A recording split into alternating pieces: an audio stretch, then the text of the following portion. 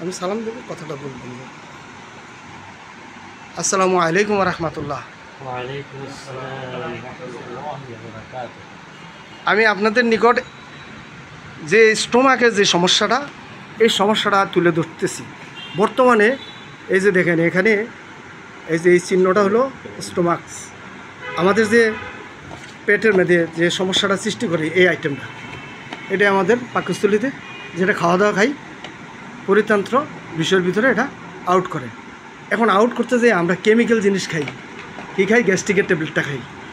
খুব খেয়াল করেন এটা কেন, দেখেন অনেকগুলা ব্যাপার আছে। দেখেন একটা ছিদ্র আছে, অর্থাৎ একটা চুলের মতন একটা রেখে আছে না, এটার মধ্যে আছে না ভাইয়া? দেখেন তো, অর্থাৎ একটা ছিদ্র।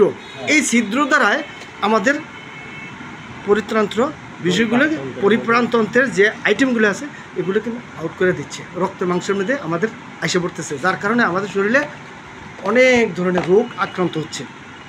আমার কথাটা বুঝছেন? এর কারণে আমরা গ্যাস্ট্রিকে, আলসারে, বিভিন্ন ধরনের ফাতরজনিত সমস্যায় ভোগ করতেছি। এই স্টোমাক ক্লিনজারের মাধ্যমে আমি প্রচুর রুগী আল্লাহর রহমত সেবা দিচ্ছি।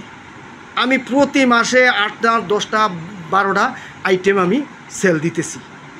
আমি কোনো টাকা তাদেরকে নিচ্ছি না, কিন্তু আমি